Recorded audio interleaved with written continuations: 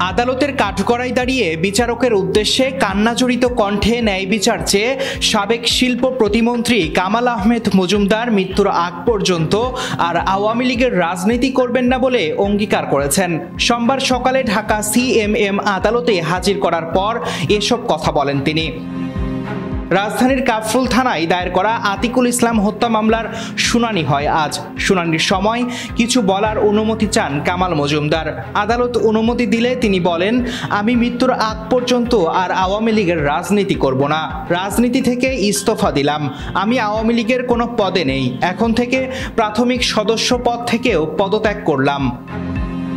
এ সময় এজলাসে কান্নায় ভেঙে পড়ে কামাল মজুমদার বলেন, আপনার কাছে আমার আবেদন, সুবিচার চাই। একের পর এক মামলা দিয়ে আমাকে অত্যাচার করা হচ্ছে, জেলখানায় অত্যাচার করা হচ্ছে। এখন আল্লাহকে ডাকা ছাড়া আমার কোনো উপায় নেই। তিনি বলেন, আমার ৭৬ বছর বয়স, আমার চোখে সমস্যা, ৭০% নষ্ট হয়ে গেছে। আমার পরিবার সম্পর্কে কোনো খোঁজ খবর নিতে পারছি না। এ সময় তিনি ডিজিটাল কোরআন শরীফ ও প্রয়োজনীয় ঔষধ চান। দর্শক, গত ১৯ অক্টোবর দিবাগত রাত 12:30টার দিকে রাজধানীর গুলশানের একটি বাসা থেকে কামাল আহমেদকে গ্রেপ্তার করা হয়। এরপর থেকে বিভিন্ন হত্যা ও হত্যা চেষ্টা মামলায় তাকে গ্রেফতার দেখানো হয়েছে।